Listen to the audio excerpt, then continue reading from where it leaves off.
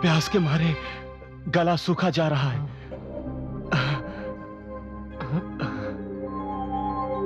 वो देखो सरोवर। और ऋषिगण वहीं प्यास बुझाते हैं। चलिए।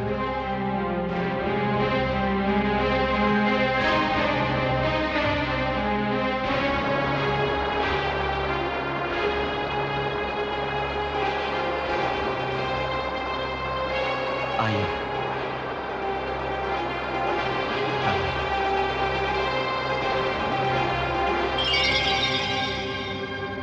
अरे अरे अरे ऋषिगण, ये सब क्या हो गया? इस सरोवर का जल कैसे सूख गया? एक नारी को अछूत मानकर उसका अपमान करने का दंड मिल रहा है तुम्हें।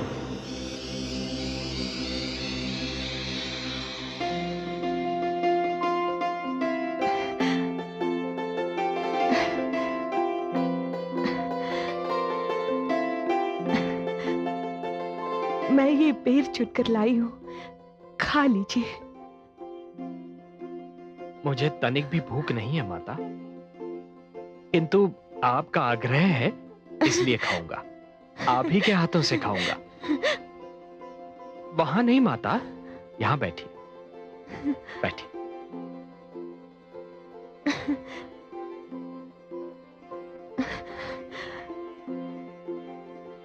ठहरिए,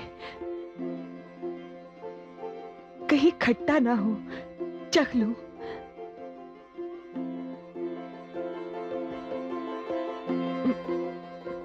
खट्टा है।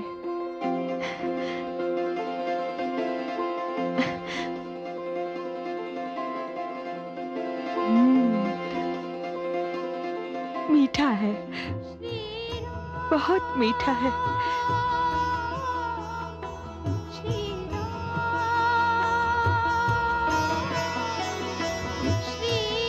खट्टा है।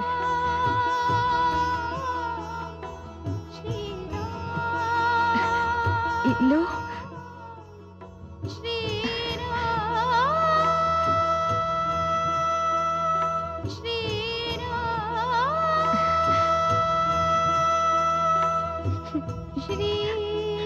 मीठा है, बहुत मीठा है।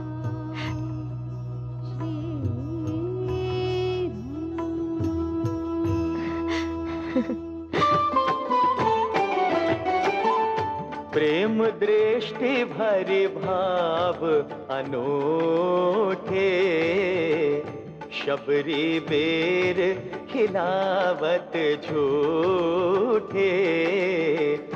स्नेह बिना सब व्यंजन फीके, स्नेह पगे फल अतिशय नीके। स्नेह पगे फल अतिशय नीके।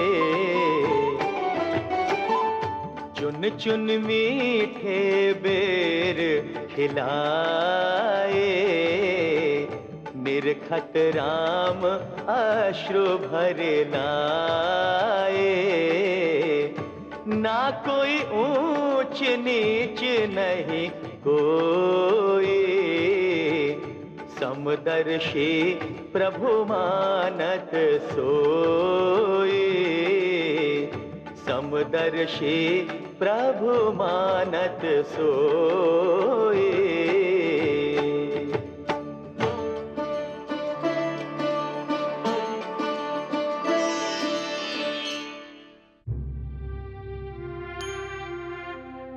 हमें क्षमा कर दे देवी, हमें क्षमा कर दे, नहीं तो हम भूख प्यास से तड़प तड़प के मर जाएंगे।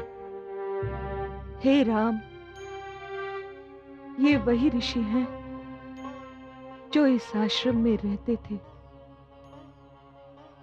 फिर तो इनका यही दंड है और इन्हें यह दंड भोगना ही होगा। हम क्षमा याचना करते हैं श्री राम। मैं कौन होता हूं आपको क्षमा करने वाला? यदि क्षमा मांगनी ही है तो इस माता से मांगिए, जिन्हें अछूत कहकर आपने अपमानित किया था।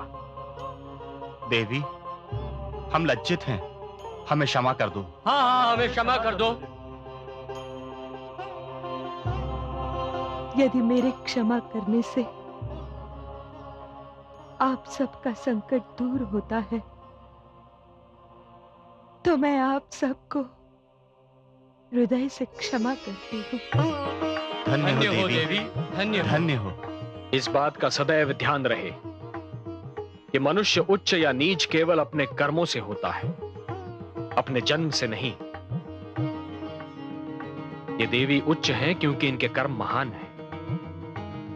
यदि आपने इनसे क्षमा याचना नहीं की होती और इन्होंने आपको क्षमा नहीं किया होता तो अपने उस नीच कर्म के कारण आप सब सदैव नीच ही रहते।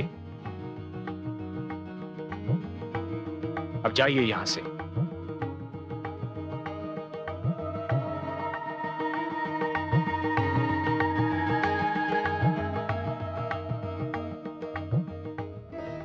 माता,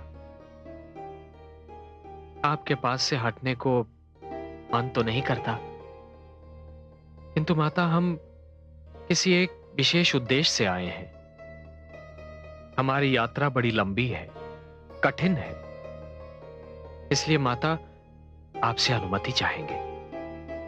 अनुमति?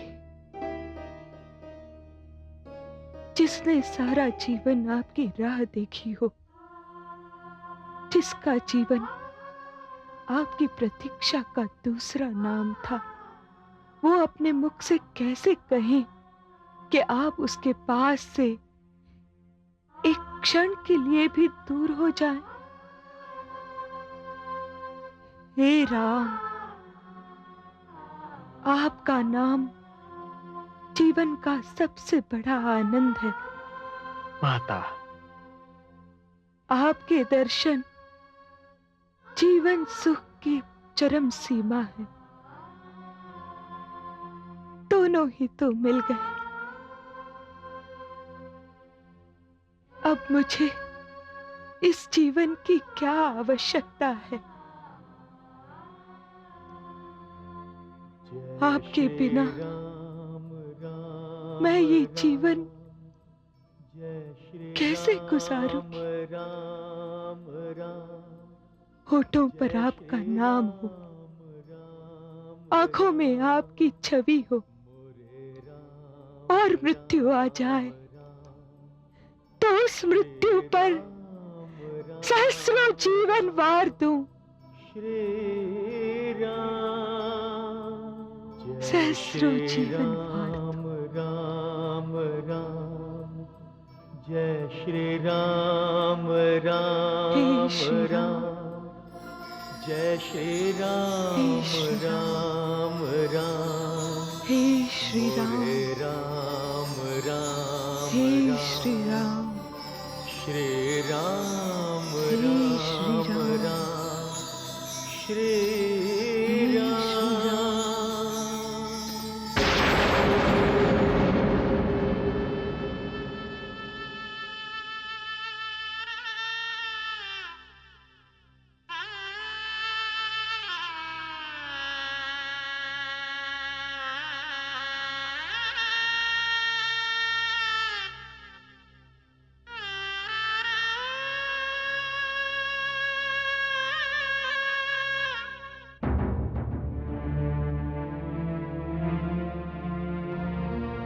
हे वृक्षों, हे वृक्षों, तुमने तो देखा होगा, तुम तो साक्षी हो वृक्षों। वो दुष्ट असुर कहां ले गया मेरी प्रिय जानकी को? उस असहाय, कोमल, निर्बल मेरी प्रिय जानकी को कौन सा असुर कहां ले गया वृक्षों? कुछ तो बताओ, तुम तो साक्षी हो।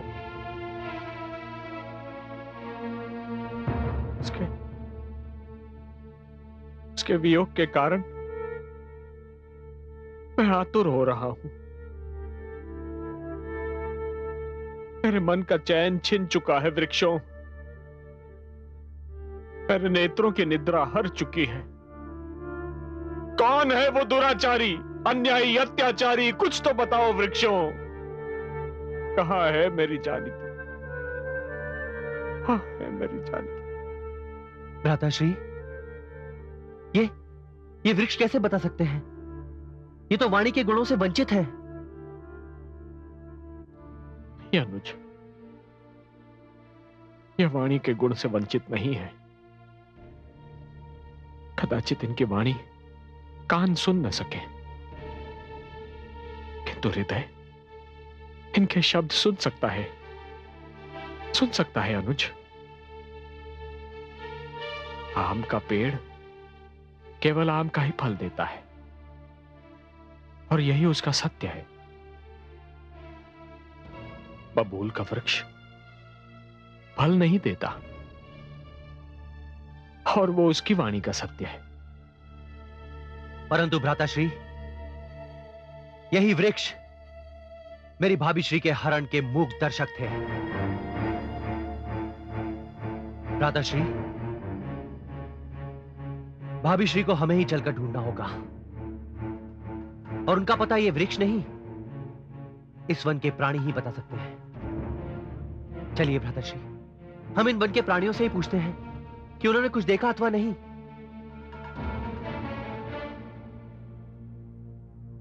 वो देखिए भ्राताश्री, दूर एक पर्वतीय श्रृंखला दिखाई दे रही है। वहां अवश्य कोई बस्ती होगी। चलिए वहीं चलकर पूछते हैं। वहां किसी ने कुछ ना कुछ तो देखा ही होगा। आइए भ्राताश्री।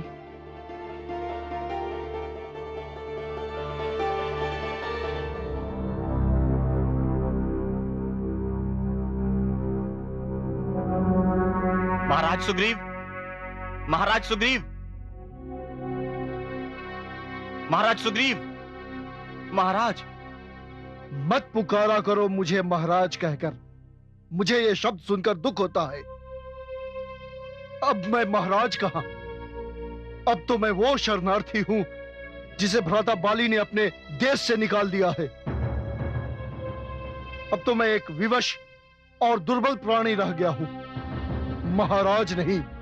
क्षमा करें महाराज, आप जहां कहीं भी हो, जिस स्थिति में भी हो, हमारे लिए तो आप महाराज ही हैं। आपका राज तो हमारे हृदय पर है। और इस समय हम एक सूचना लेकर आए हैं। कैसी सूचना सेवक? कोई अशुभ सूचना तो नहीं? महाराज, हमने दो तपस्वियों को इस ओर आते हुए देखा है। तपस्वी? कहीं भ्राता बाली ने मेरा वध करने के लिए दोनों को न भेजा हो। पवन पुत्र हनुमान कहाँ है? वो तो ध्यान मग्न है।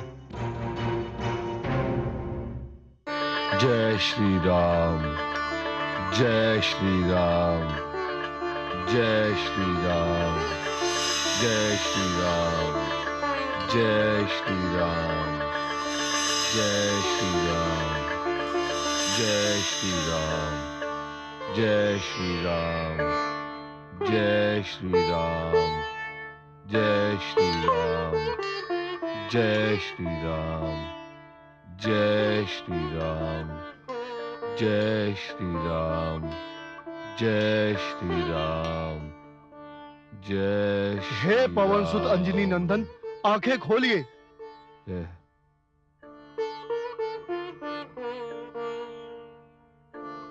क्या हुआ महाराज? आप इतने चिंतित क्यों दिखाई दे रहे हैं? मेरे सैनिकों ने सूचना दी है कि दो तपस्वी इस ओर आ रहे हैं। मुझे भय है उन्हें भ्राता बाली ने मेरे वध के लिए न भेजा हो। आप भयभीत न हो, मैं स्वयं जाकर पता लगाता हूं कि वो कौन है और किस उद्देश्य से यहां आ रहे हैं। जय श्री राम।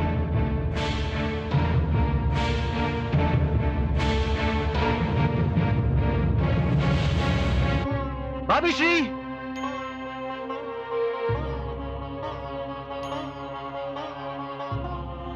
भाभी श्री,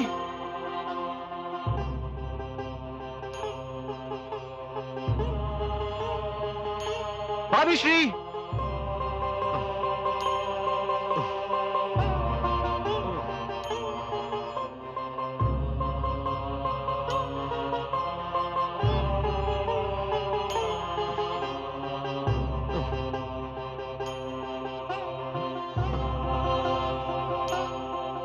वो देखिए भ्राताश्री, कोई ब्राह्मण इसी ओर चले आ रहे हैं।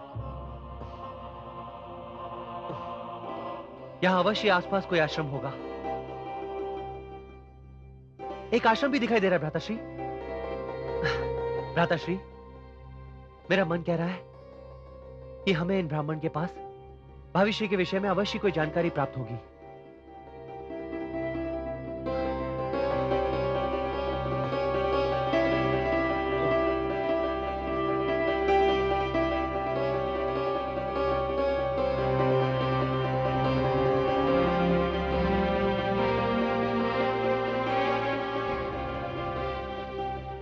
इन दोनों को दूर से ही देखकर मेरे मन में हलचल क्यों मच रही है? क्यों ये लग रहा है जैसे मैं इन्हें युगों से जानता हूं?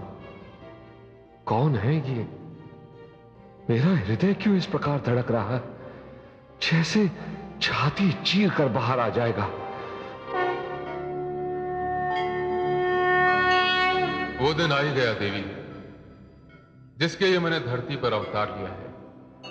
मुझे भी बताइए देवाधिदेव, आप किस दिन की बात कर रही हैं? देवी, पवन सुत हनुमान धरती पर मेरे अवतार हैं। मैं उनके रूप में इसलिए अवतरित हुआ हूं कि मुझे राम के रूप में अपने आराध्य श्री विष्णु की सेवा करनी। मैंने उन्हें वचन दिया था कि जब वो राम अवतार लेंगे मैं सेवक बन के जन्म लूंगा, उनकी सेवा करूंगा। आपके मुख पर अपार आनंद की छाया देखते ही मैं समझ गई थी कि अवश्य ही आज कोई अनोखा दिन है। हां देवी, आज मेरे आनंद की सीमा नहीं। आज के दिन हनुमान के रूप में मेरे अवतार भक्ति और सेवा का नया इतिहास रचेंगे। संसार के लिए सेवा और भक्ति का श्रोताधार बन जाएंगे।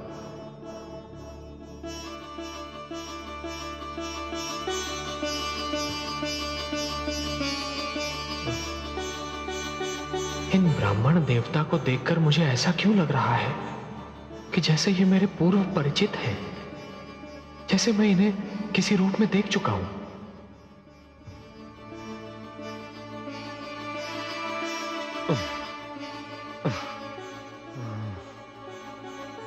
हे आचार्य, क्या मैं आपका परिचय पाने का सौभाग्य प्राप्त कर सकता हूं?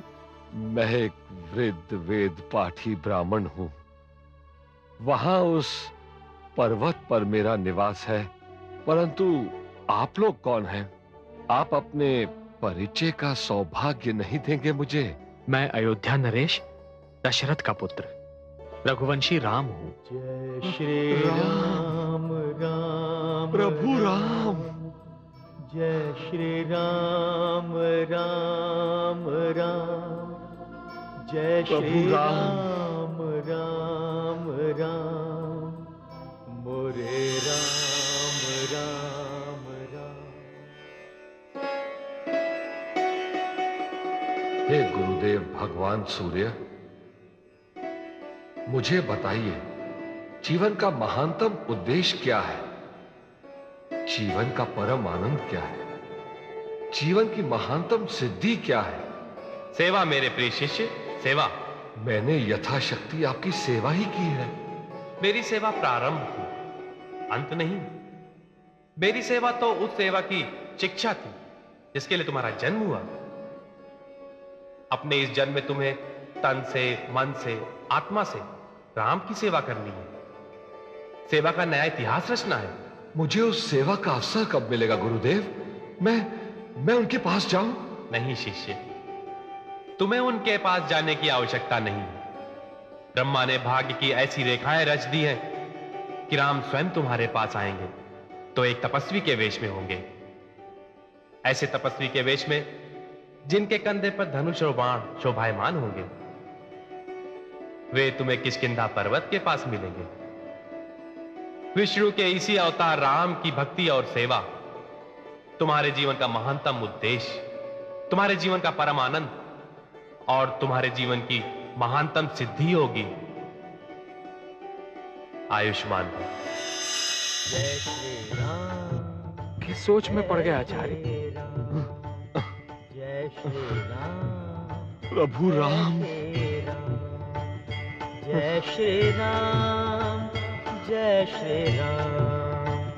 जय श्री राम, जय श्री राम, जय श्री राम, जय श्री राम, जय श्री राम, जय श्री राम, जय श्री राम, जय श्री राम, जय जय श्री राम, जय श्री राम, जय श्री राम, जय श्री राम। एक युग से मैं आपकी प्रतीक्षा कर रहा हूं। एक युग से नेत्रों को आपके दर्शन की प्यास है। एक युग से ही आत्मा आपके लिए व्याकुल थी। एक युग से हर श्वास आपका नाम जपकर तन में समाता था और आप ही का नाम जपकर शेष बाहर आता था। आपकी सेवा ही मेरे जीवन का कारण है और आपकी भक्ति मेरे जीवन का उद्देश्य।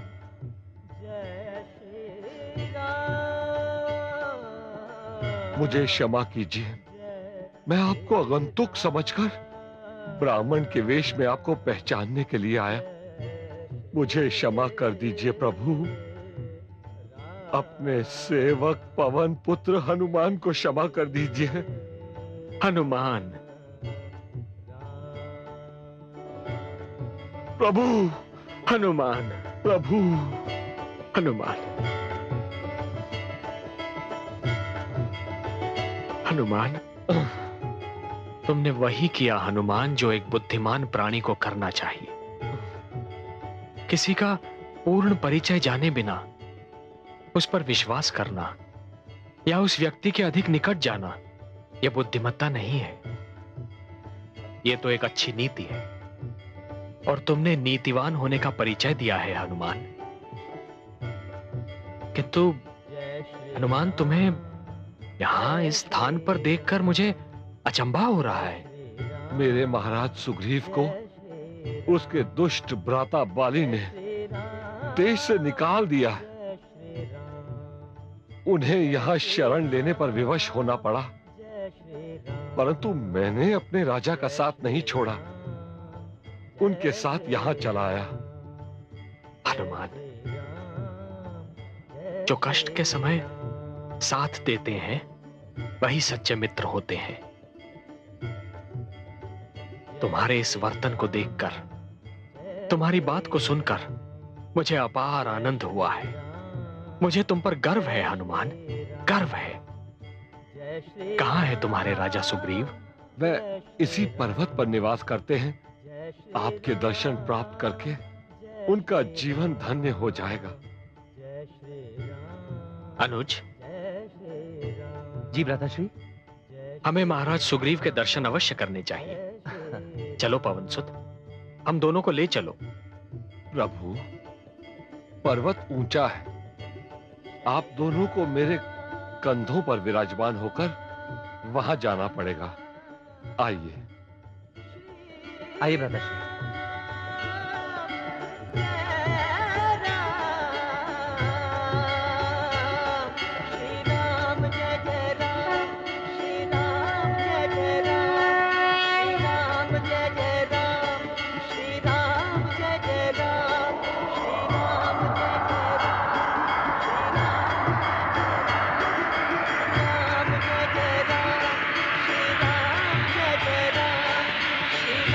जय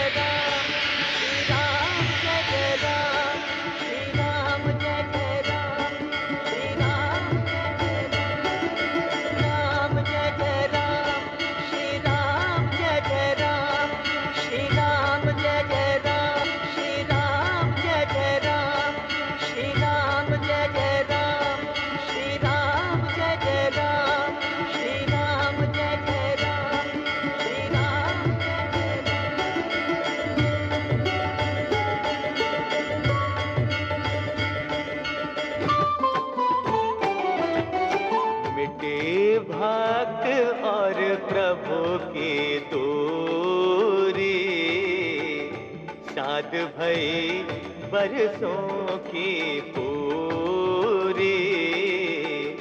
राम लखन कांधे बैठाए, हनुमत किष्किंधा ले आए। हनुमत किष्किंधा ले आए।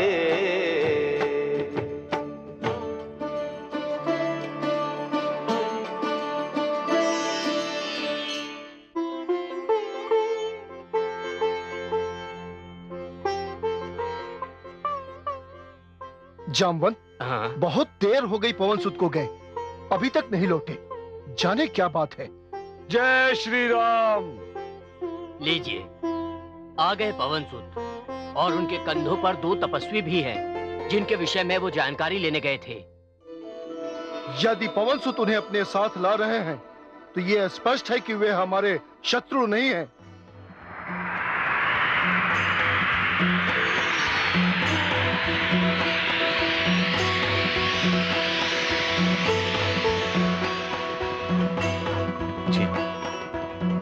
जय श्री राम।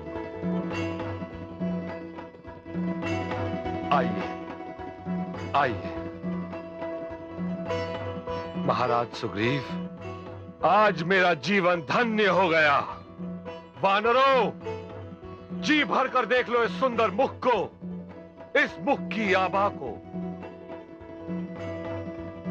यही मुख सृष्टि की रचना का कारण है। इसी आभा के दर्शन जीवन का उद्देश्य है। जी भर के निहार लो इसे। यही वो रूप है जो सिमटे तो एक कण में समा जाए और बड़े तो आकाश भी छोटा पड़ जाए। यही मेरे आराध्य हैं, जगत तारक हैं, पतित पावन हैं, दीन दुखी के स्वामी हैं, नाथ हैं। यही रघुवंशी श्री राम है। जय श्री राम। जय श्री राम। जय श्री राम। जय श्री राम। आइए, विराजिए, यहां विराजिए, विराजिए।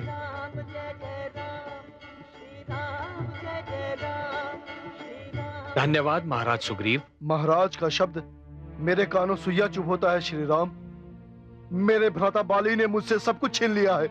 हे सुग्रीव, जब एक भ्राता अपने ही भ्राता के अधिकार छीन लेता है तो वो अभागा होता है, क्योंकि वो स्वयं नहीं जानता कि उससे भी बहुत कुछ छिनता चला जा रहा है।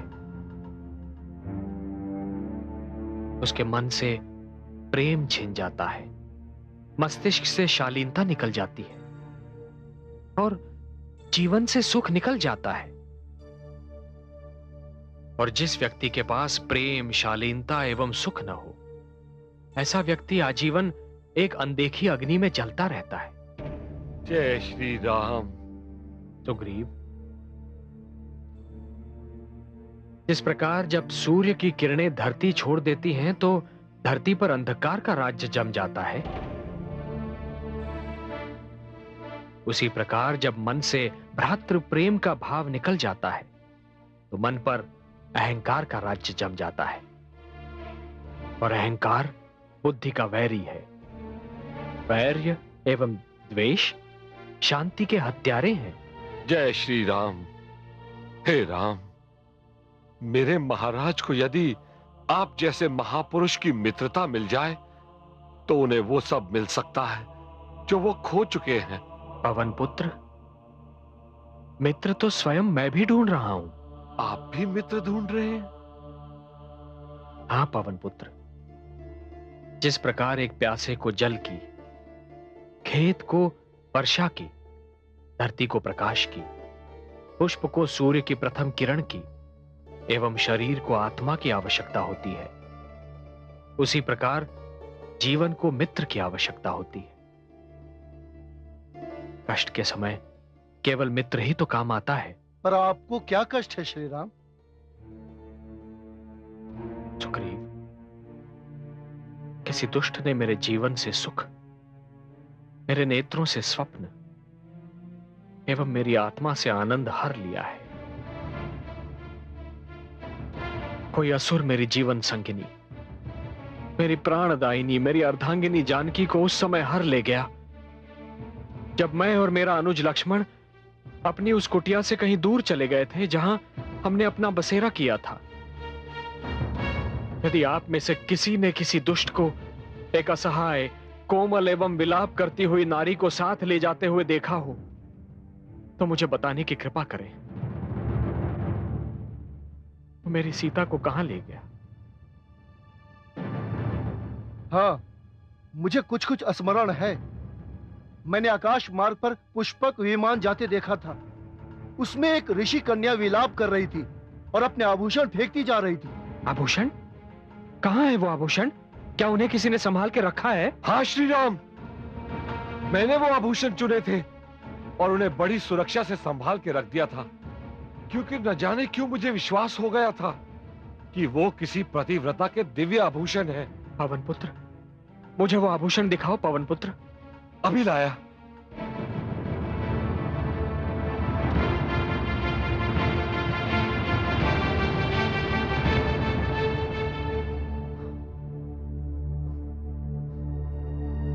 लीजिए।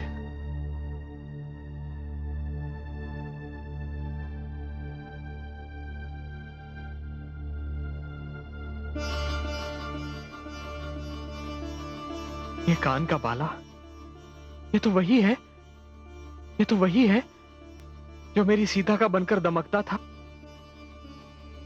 ये कंठमाल भी तो वही है पवन पुत्र, जो दिन रात मेरी जानकी के गले से लगी रहती थी। और ये हाथ की माला, ये वही है पवन पुत्र, ये वही है जो मेरी सीता की कोमल कलाई को थामे रहती थी। अनुज, अनुज, अनुज, अनुज, देखो, तुम तो इन आभूषणों को पहचानते हो। ये तो तुम्हारी भाभी के हैं। नहीं भ्राताश्री, क्षमा कीजिएगा, क्योंकि मेरी दृष्टि सदैव मेरी भाभी श्री के चरणों पर ही स्थिर रही है। मैंने अपनी भाभी श्री के चरणों के ऊपर आज तक नहीं देखा भ्राताश्री। तो फिर मैं कैसे बता सकता हूं कि उनके कान के बाले कैसे हैं, उनके गले की कंठमाला कैसी है, उनकी कलाइयों की माला कैसी है। हाँ भ्राताश्री, इन बिच्छुओं की जोड़ी के बारे में बता सकता हूं, जो सदैव मेरी भाभी श्री के चरणों की शोभा बढ़ाया करती थी।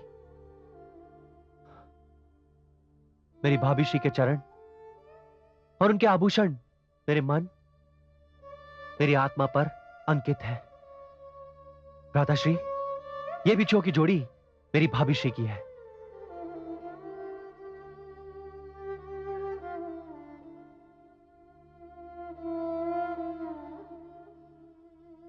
मित्र सुग्रीव, तुम धन्य हो, धन्य हो सुग्रीव। इन आभूषणों की रक्षा करके, मुझे इनके दर्शन करा के तुमने अपनी मित्रता का प्रमाण दिया है। जिस प्रकार छाया को देखकर यह आभास होता है कि काया यहीं कहीं पास में है, उसी प्रकार इन आभूषणों को देखकर मुझे पूर्ण विश्वास हो रहा है कि मेरी जानकी यहीं कहीं पास है। उसे इसी मार्ग से कहीं ले जाया गया है। आप चिंता न करें, मेरे वानर सैनिक चारों दिशाओं में देवी सीता को खोजेंगे और पता लगा लेंगे कि वे कैसी हैं और कहां हैं। सुग्रीव, तुमने अपनी मित्रता का प्रमाण दे दिया। अब राम की मित्रता स्वीकार करो। आज से तुम्हारा मित्र मेरा मित्र और तुम्हारा शत्रु मेरा शत्रु। जय श्री राम, जय श्री राम, जय श्री राम।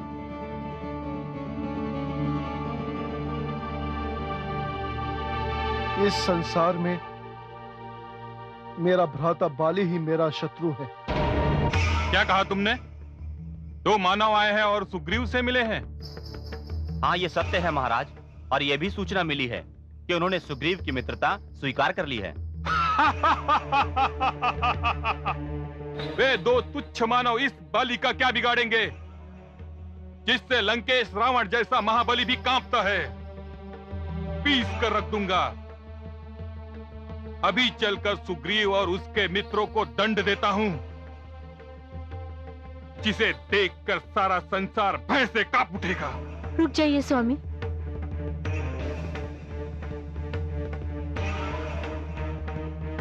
रुक जाइए स्वामी, आप वहां जाने की भूल कदापि न कीजिएगा। मत रोको मुझे। इससे पहले सुग्रीव और उसके नए मित्र मेरे विरुद्ध कोई षड्यंत्र रचे, मैं उन्हें समाप्त कर देना चाहता हूँ। पर आप ये भूल रहे स्वामी कि आपको ऋषि ने शाप दिया था, यदि आपने उस पर्वत पर पग भी रखा तो आपके सिर के 100 टुकड़े हो जाएंगे। मैं आपको अपने सुहा की दुहाई देती हूँ स्वामी, आप उस पर्वत पर ना जाइएगा।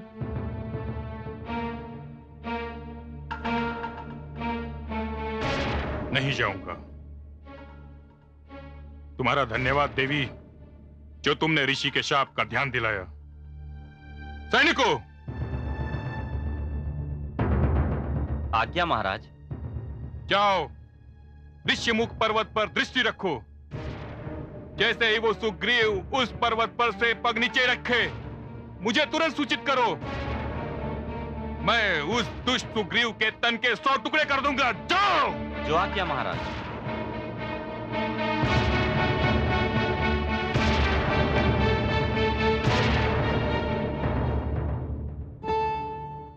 मित्र सुग्रीव, मैंने तुमसे कहा है कि तुम्हारा मित्र अब से मेरा मित्र होगा एवं तुम्हारा शत्रु मेरा शत्रु। किंतु शत्रु शब्द सुनते ही तुम्हारे मुख से अपने ही भ्राता बाली का नाम आया था सुग्रीव। हाँ श्री राम, दुर्भाग्यवश मेरा भ्राता ही मेरा शत्रु बन बैठा है। क्यों सुग्रीव? बाली का मन भ्रष्ट क्यों हुआ? मुझे बताओ मित्र। आपको नहीं बताऊंगा तो और किसे बताऊंगा? इस संसार में आप ही तो मेरे परम मित्र हैं।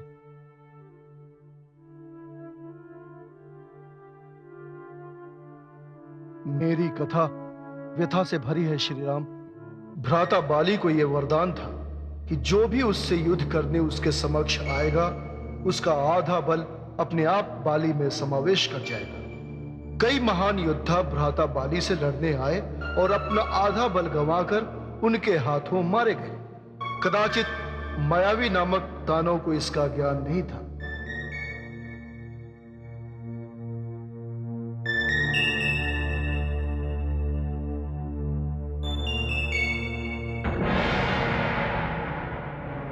ओ बाली, मैंने सुना है बड़ा घमंड है तुझे अपने बल पर।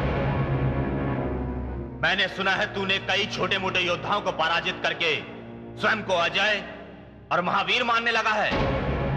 आज मैं तुझे बल और शक्ति की परिभाषा बताने आया हूं। देख दुष्ट, आज मायावी तेरी क्या दशा करता है। बाहर निकल, बाहर निकल बाली। क्यों, भयभीत हो गया क्या? आजा बाहर। कौन है ये दुष्ट जिसके कारण मुझे कच्ची निद्रा से उठना पड़ा? कोई दुष्ट असुर प्रतीत होता है महाराज। मैं जाकर उसे सदा के लिए शांत करता हूं, अन्यथा मैं चैन की नींद नहीं सो पाऊंगा। नहीं महाराज, आप वहां मत जाइए महाराज। मायावी अत्यंत बलशाली असुर है। देवी, आप मेरी शक्ति की तुलना असुरों की शक्ति से मत कीजिए। आप भूल गई कि रावण जैसे महाबली की मैंने क्या दशा की थी। 3 माह तक कांख में दबाए रखा था। ये मायावी मेरे समक्ष क्या है?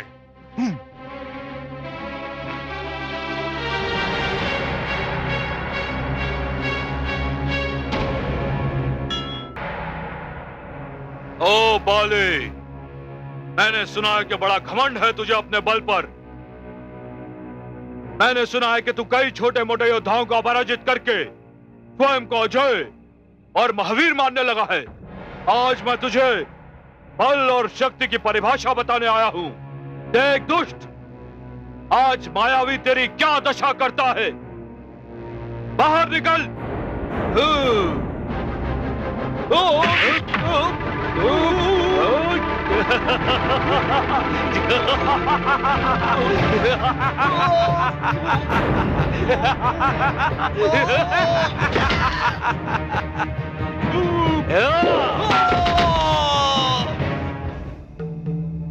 कौन है यह दुष्ट जिसके कारण मुझे कच्ची निद्रा से उठना पड़ा? कोई दुष्ट असुर प्रतीत होता है महाराज। मैं जाकर उसे सदा के लिए शांत करता हूँ, अन्यथा मैं चैन की नींद नहीं सो पाऊंगा। बाहर निकल दुष्ट। देख मैंने तेरे अंग रक्षकों की क्या दशा की है। आप वहां मत जाइए महाराज, मायावी अत्यंत बलशाली असुर है। देवी, आप मेरी शक्ति की तुलना असुरों की शक्ति से मत कीजिए। आप भूल गई कि रावण जैसे महाबली की मैंने क्या दशा की थी। 3 माह तक कांख में दबाए रखा था। ये मायावी मेरे समक्ष क्या है? बाहर आ कायर, बाहर आ। वरुण रख, यदि मैंने तेरे भवन में प्रवेश किया तो भवन में उपस्थित कोई भी नारी मेरे हाथों सम्मान की सुरक्षा नहीं कर पाएगी। बाहर आ कायर, बाहर आ।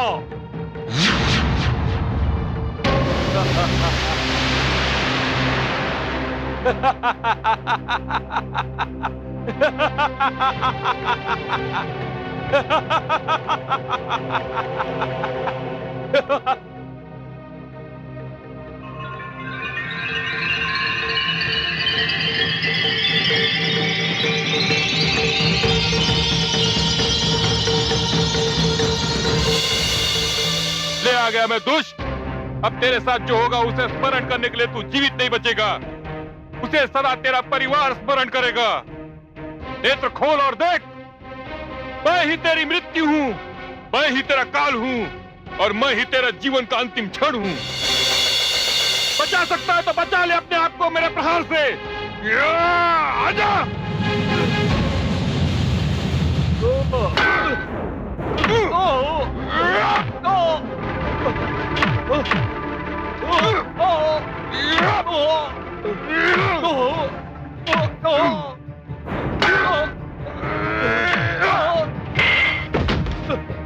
भ्राताश्री, बस भ्राताश्री, बस बस भ्राताश्री, अब आप जाकर विश्राम कीजिए। मैं इस दुष्ट को देखता हूं।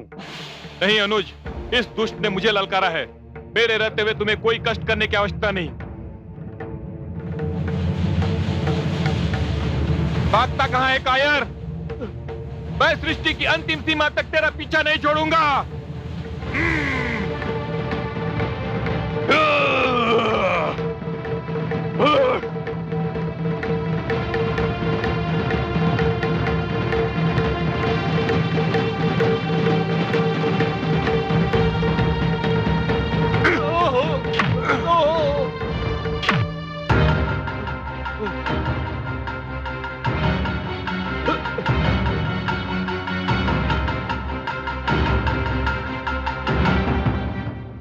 गुफा में घुस गया कायर।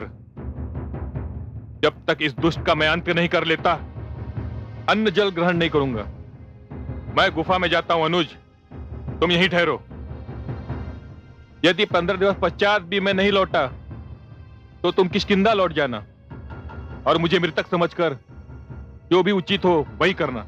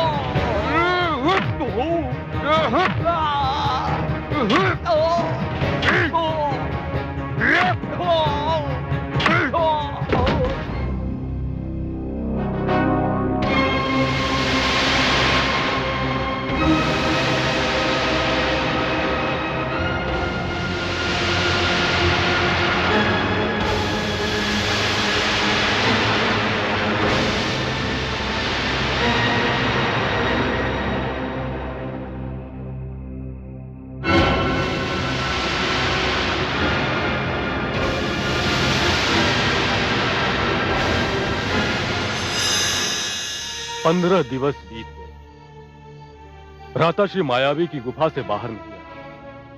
मैंने निश्चय किया कि 15 दिवस और रुककर भ्राताश्री के निकलने की राह देखूंगा। यह 15 दिवस भी बीत गए। मैंने बड़ा रोमांचकारी दृश्य देखा।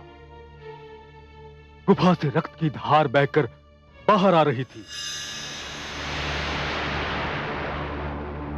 भ्राताश्री, भ्राताश्री! रक्त की धार बहती देखकर मैं समझा कि अवश्य ही गुफा में मायावी के और भी साथी रहे होंगे और उन सबने मिलकर भ्राताश्री का वध कर दिया है। यहाँ पे मायावी अकेला नहीं, उसका पूरा परिवार भी है।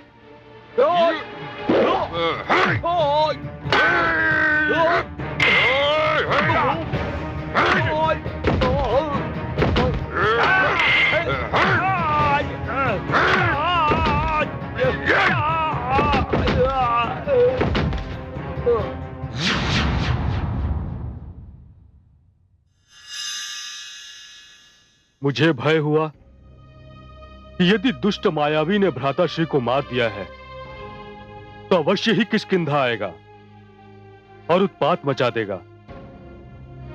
मैंने बहुत भारी पत्थर रखकर गुफा का मुंह बंद कर दिया।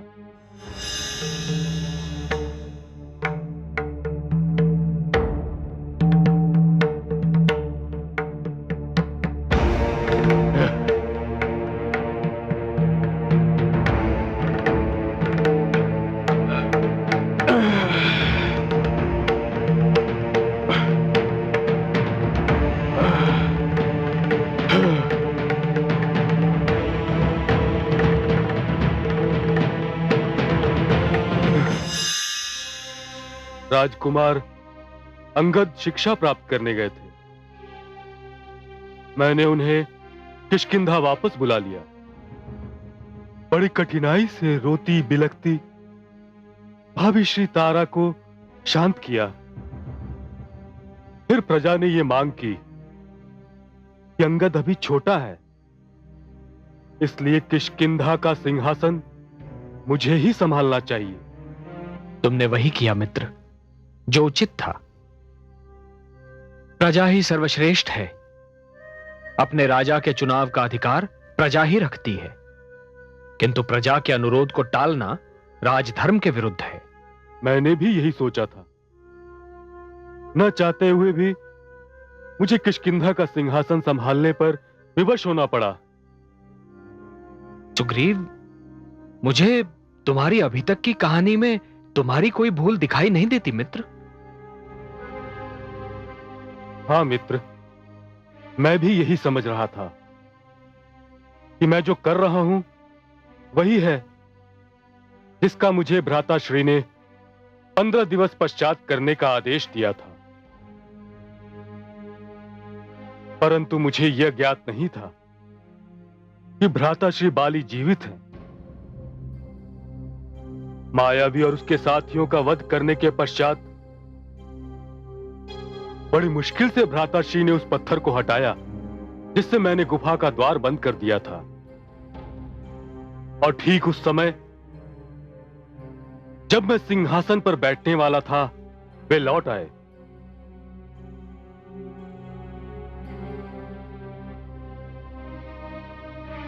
और बिना कुछ पूछे कुछ समझे मुझ पर आक्रमण कर दिया। मैं दुर्बल, न उनसे लड़ सकता था न लड़ना चाहता था। उन्होंने मुझे मार मार कर गिरा दिया और मृतक समझकर भवन में चले गए।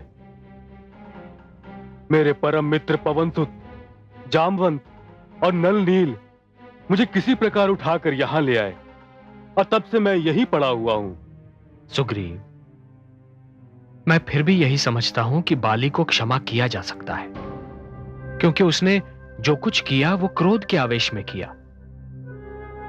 जिस प्रकार अंधेरे में ठोकर खा जाना संभव है, उसी प्रकार क्रोध के आवेश में अनुचित पग उठाना भी संभव है। सुग्रीव, इस सब के उपरांत भी तुम बाली को संतुष्ट कर सकते थे मित्र। मैं ये सब करता मित्र, अवश्य करता, किंतु इसी बीच भ्राताश्री ने ऐसा कर्म किया कि उन्हें क्षमा करना मेरे वश में नहीं था। ऐसा क्या किया बाली ने?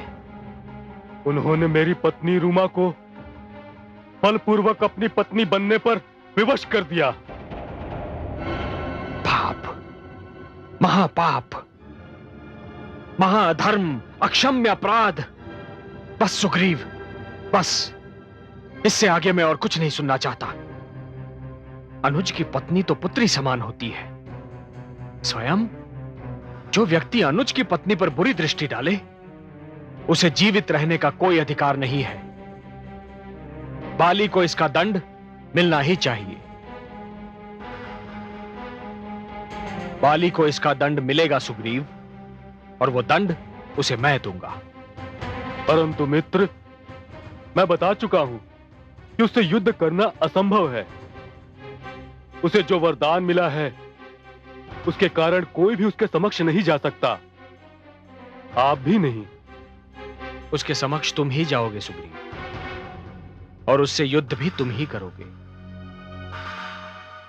मैं कहीं दूर रहूंगा, बाली को छिप कर मारूंगा। छिपकर? ये तो मर्यादा के विरुद्ध होगा, और संसार आपको मर्यादा पुरुषोत्तम कहता है। अन्याय, अत्याचार एवं पाप का विनाश ही पुरुष की मर्यादा का आरंभ है एवं अंत भी। मर्यादा की परिभाषा ही यह है कि किसी भी मूल्य पर पाप का विनाश किया जाए। सुग्रीव, बाली ने जो किया है, यदि उसकी अनदेखी हुई तो संसार में पारिवारिक संबंधों के सम्मान पर संकट आ जाएगा। इस संकट की संभावना को मिटाने के लिए हर कार्य उचित है। पापी को दंड देने के लिए यदि राम को अपनी मर्यादा त्यागनी पड़े तो वो भी उचित है। सुग्रीव, उसके पाप के समक्ष मेरी मर्यादा का क्या महत्व है? तुम्हारे मन से अभी तक अपने पति सुग्रीव का ध्यान नहीं गया रूमा? भूल जाओ उसे। तुम उसके पास नहीं जा सकती और वो तुम्हारे पास नहीं आ सकता। यदि सुग्रीव उस दिन उस पर्वत पर जाके नहीं छिपता, जिस पर्वत पर शाप के कारण मैं नहीं जा सकता, तो उसका अंत कब का हो चुका होता। मैं तो उस दिन की प्रतीक्षा में हूं, जिस दिन वो उस पर्वत से नीचे आए। मैं आ गया हूं भ्राता, मैं आ गया हूं। बाहर निकलो। यदि तुम अपने धर्म से विमुख हो सकते हो, तो अनुज भी अपने धर्म से विमुख होने के लिए विवश है। आज सदा के लिए निर्णय हो जाएगा कि तुम अपने पाप के साथ जीवित रहना चाहते हो या मैं अपने न्याय के साथ। मैं तो समझा था कि सुग्रीव मृत्यु के भय से पर्वत से नीचे ही नहीं उतरेगा, परंतु यह मैं भूल गया था। इसका अंतिम समय आ गया हो। भाग्य स्वयं उसे मृत्यु के द्वार पर ले आता है। प्रतीक्षा करो सुग्रीव, मैं निर्णय करने आ रहा हूँ। महाराज, आप वहां मत जाइए। हट जाओ, मत रोको मुझे। दीदी,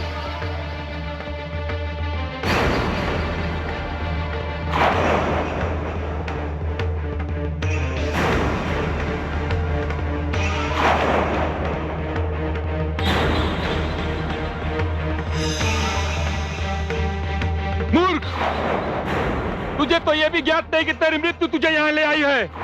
तुम तो पहले ही मर चुके हो भ्राताश्री। जिसने अपना धर्म त्याग दिया हो, वो जीवित होते हुए भी मृतक के समान है। ये कटु बातें करने वाली जीविया हमेशा के लिए शांत हो जाएगी।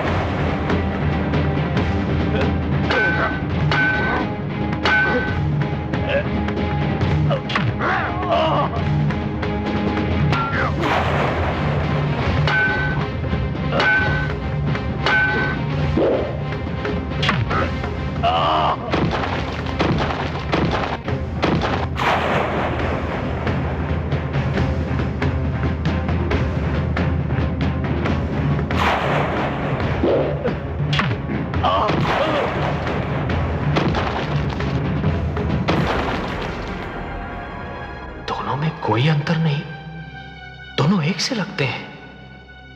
कैसे बाण चलाऊं, कहीं मेरा बाण मेरे ही मित्र को चीर न दे।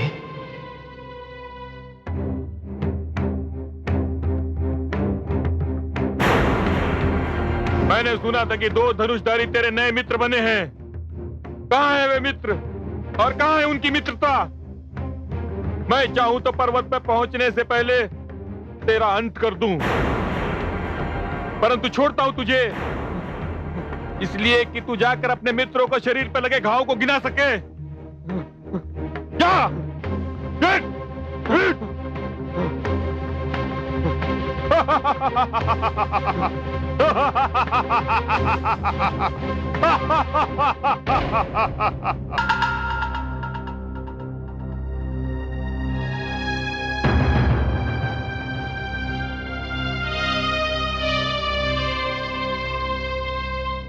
वाह मित्र, अच्छी मित्रता निभाई तुमने।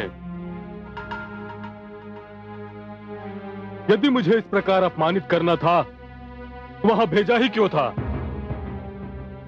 मुझे दुख है मित्र, किंतु मैं स्वयं को विवश पा रहा था। तुम दोनों के रूप में इतनी समानता है कि मैं पहचान ही नहीं पाया कि तुम दोनों में बाली कौन है। मुझे भय हुआ मित्र कि कहीं मेरा बाण मेरे ही मित्र की मृत्यु का कारण न बन जाए। मैं क्षमा प्रार्थी हूं। जो हुआ वो स्वाभाविक है प्रभु। पाली और महाराज सुग्रीव में अंतर करना बहुत कठिन है, परंतु अब ये अंतर मिट जाएगा। कैसे पवनसुत?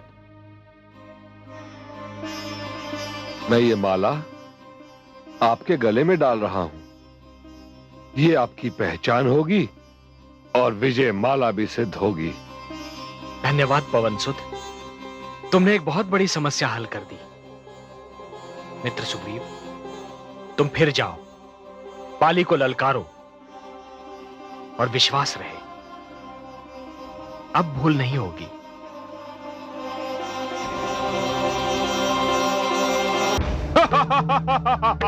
अपनी पत्नी का उद्धार कराने आया था और भाग उठा कायर। बाहर आओ भ्राता बाली, बाहर आओ। ये फिर आ गया। आज तुम्हारे पापों का अंत होकर रहेगा। बाहर आओ।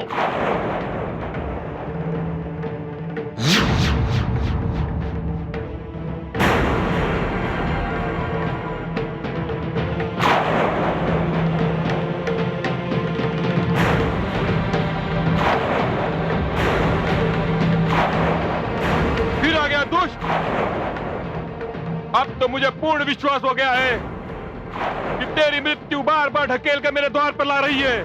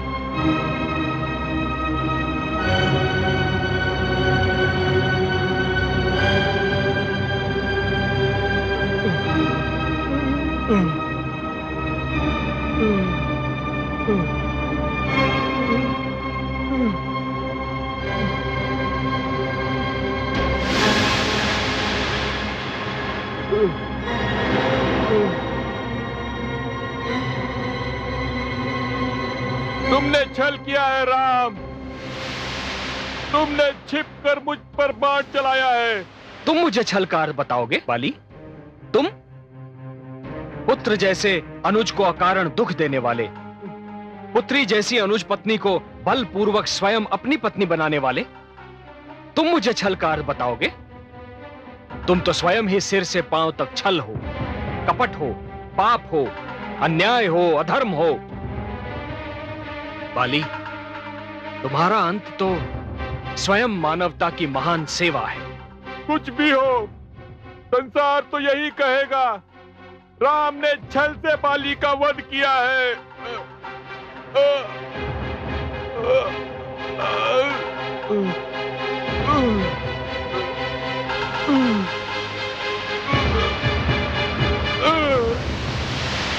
भ्राताश्री, भ्राताश्री,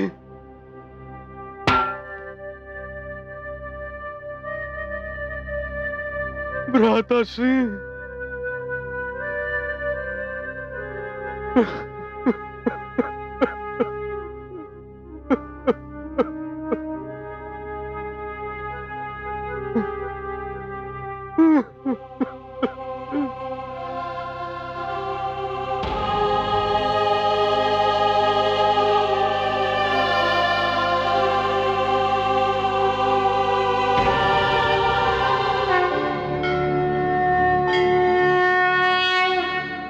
बाली ने मरते मरते जो कहा, क्या वो सत्य नहीं है देवाधिदेव? मुझे तो बाली का कथन तर्क संगत लगता है। निसंदेह संसार यही कहेगा कि राम ने बाली से छल किया, उसे छिपकर मारा। और आपने मेरे आराध्य का कथन नहीं सुना, उनके तर्क पर ध्यान नहीं दिया। कथन भी सुना और तर्क पर ध्यान भी दिया, किंतु जो मेरे नेत्रों ने देखा उसे कैसे झुटला दूं? आपके आराध्य सर्वशक्तिमान हैं, विष्णु हैं, चाहते तो सामने आकर भी बाली का वध कर सकते थे। फिर वरदान के महत्व का क्या होता दी? मैं समझी नहीं भोलेनाथ। यदि वे विष्णु बनकर सामने आते और उसका वध कर देते, तो इसका अर्थ यह होता कि बाली को जो वरदान मिला था उसका कोई महत्व नहीं। वरदान का शब्द निरर्थक हो जाता। यदि वरदान इतनी सरलता से नकार दिया जाता तो ना कोई फिर वरदान मांगता, ना कोई वरदान देता। संसार वरदान पर सिर्फ विश्वास करना ही छोड़ देता। वरदान प्राप्त करने के लिए जो श्रम किया जाता है, जो घोर तपस्या की जाती है, उसका महत्व ही समाप्त हो जाता। मेरा ध्यान इस ओर नहीं गया था देवाधिदेव। और देवी ये भी मत भूलिए कि राम इस बार धरती पर मानव बनकर अवतरित हुए हैं। मानव की सीमाएं होती, मर्यादा होती।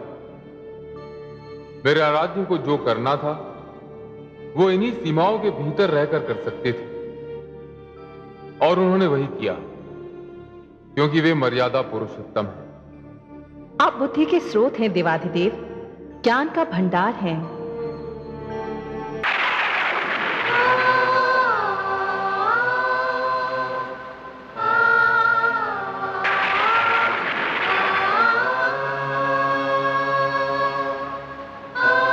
हे गर्जना कर रही घनघोर घटाओं, हे तीव्र पवन के झोंकों, आज तुम साक्षी, आज तुम साक्षी हो। साक्षी हो कि इस सुहावनी ऋतु में भी मैं कितना उदास हूं, क्योंकि आज मेरे साथ वो नहीं है। हवन के झोंके चलते हैं तो मन पर कटार चलती है, वर्षा की बूंदें शरीर पर गिरती हैं तो तन में ज्वाला भड़क उठती है। आज तुम साक्षी हो, क्योंकि आज वो मेरे साथ नहीं है। वो जो इस सुहावनी ऋतु का आनंद दुगना करती थी, जो मेरे आनंद का केंद्र बिंदु थी,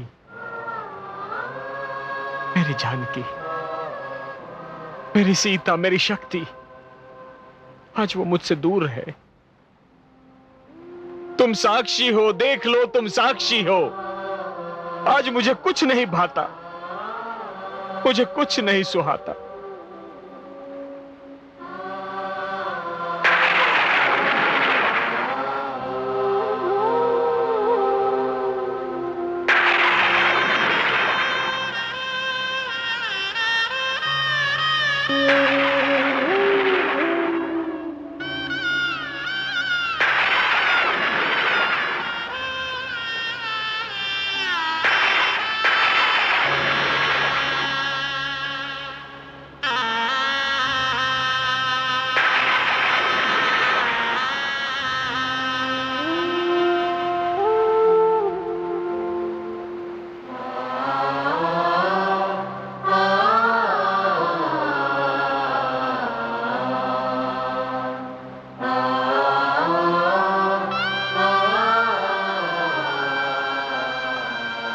अरे देवी, इस वर्षा में क्यों भीग रही हो? आश्रय पास ही है, उसका इसीलिए निर्माण किया गया है कि तुम भीगने से बच सको। मैं तो आश्रय में जाकर भीगने से बच सकती हूँ, किंतु मेरे आर्यपुत्र, वे तो इस वर्षा को अपने तन पर झेल रहे होंगे। न जाने वे कहां भटक रहे होंगे मूसलाधार वर्षा में। वे पुरुष हैं, बलवान हैं, वर्षा को झेल लेंगे, पर तुम नारी हो, तुम्हारा कोमल शरीर वर्षा को ना सह पाएगा। कहीं तुम्हारे प्राण संकट में न पड़ जाएं। मैंने अपने आर्यपुत्र का विरह सहन किया और मेरे प्राणों को कुछ नहीं हुआ। ये तुच्छ वर्षा उसके समक्ष क्या है? वैसे भी अपने स्वामी के बिना जीवन क्या और मृत्यु क्या।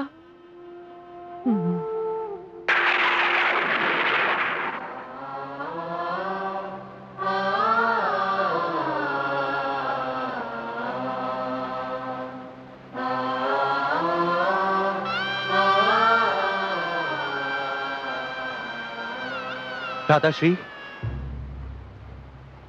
मैं अपने मन में दबे इस क्रोध को और नहीं दबा पा रहा हूं। आपने सुग्रीव से मित्रता निभाई, उसे उसके भ्राता के अत्याचार से मुक्त करा दिया, उसे किष्किंधा का राजा बना दिया, अंगद को युवराज बना दिया, यहां तक कि उसकी पत्नी से मिलाप भी करवा दिया, उसे दुख मुक्त और भय मुक्त करा दिया। किंतु उसी सुग्रीव की कृतज्ञता देखिए भ्राताश्री, उसने आपको दिया वो वचन भुला दिया कि वो अपने वानर सैनिकों के साथ मिलकर भाभी श्री का पता लगाएगा। धिक्कार है भ्राताश्री, धिक्कार है ऐसी मित्रता पर। क्षमा मित्र, क्षमा। सुमित्रानंदन सत्य कह रहे हैं। मैं सचमुच कड़े से कड़े दंड का पात्र हूं। मैं लज्जित हूं कि राजकाज के बखेड़ों में पड़कर सचमुच अपना वचन भुला बैठा। किंतु इसी क्षण मैं वचन देता हूं कि अभी इसी क्षण किष्किंधा लौटकर अपने सैनिकों को देवी सीता की खोज में भेजूंगा। यदि मेरे मित्र मुझे दंड देना चाहें तो मैं उसे सिर झुकाकर सह लूंगा। सुग्रीव, क्षमा याचना एवं लज्जा के उपरांत दंड के लिए कोई स्थान नहीं रह जाता मित्र। मैंने तुम्हें मन से क्षमा कर दिया। तो मेरी विनती है, चलिए मेरे साथ। आइए मित्र, आइए मेरे साथ, आइए।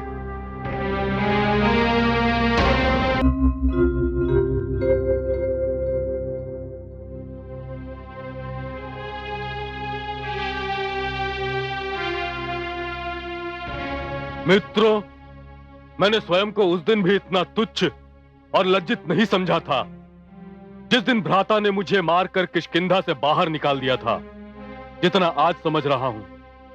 अपने परम मित्र श्री राम को दिया हुआ वचन न निभाकर मैं अपनी ही दृष्टि में गिर गया हूं। मैंने जिस क्षण उन्हें मित्र कहा था, उसी समय उन्हें वचन दिया था कि देवी सीता की खोज में मैं अपने सैनिकों को चारों दिशाओं में लगा दूंगा, पर न कर सका। परंतु आज मैं अपना वचन निभाना चाहता हूं। सुनो पवनसुत, सुनो जामवंत, सुनो युवराज अंगद, सुनो नलनील, तुम सब अभी इसी क्षण सैनिकों की टुकड़ियां लेकर चारों दिशाओं में फैल जाओ, उन्हें खोजो, और जब तक उनके विषय में कोई सूचना नहीं मिलती वापस लौटकर नहीं आओगे। ये मेरा आदेश है। जो आ गया महाराज। जय श्री राम, जय श्री राम। जय श्री राम राम प्रभु, जय श्री राम प्रभु, राम राम, मुझे आशीर्वाद दीजिए। जय श्री राम। मैं आप ही के कार्य के लिए जा रहा हूं, परंतु आपका कार्य भी आपके आशीर्वाद के बिना पूर्ण नहीं हो सकता।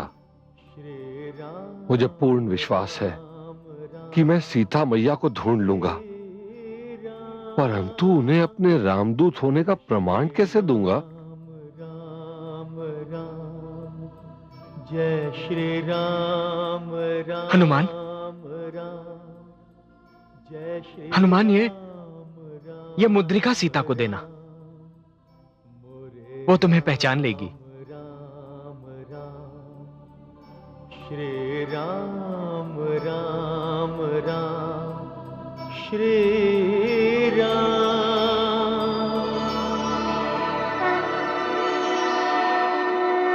जय श्री राम, जय श्री राम।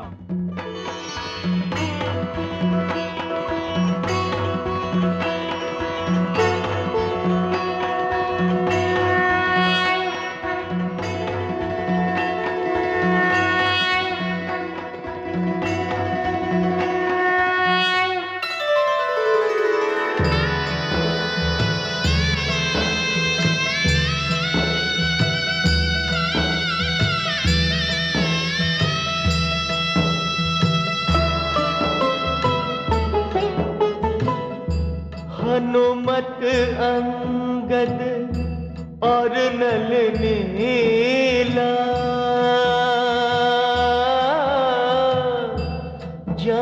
जामवंत आदि बलशीला,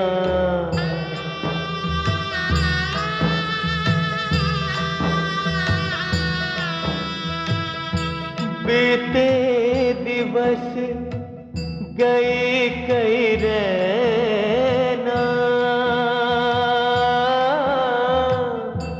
इत उत डोले पाए न चैना, इत उत डोले पाए न चैना।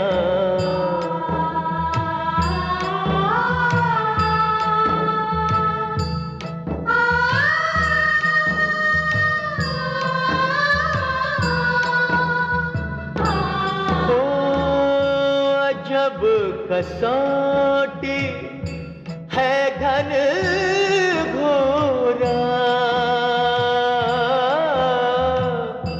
ढूंढ थके बन बन चहु ओरा, ढूंढ थके बन बन चहु ओरा।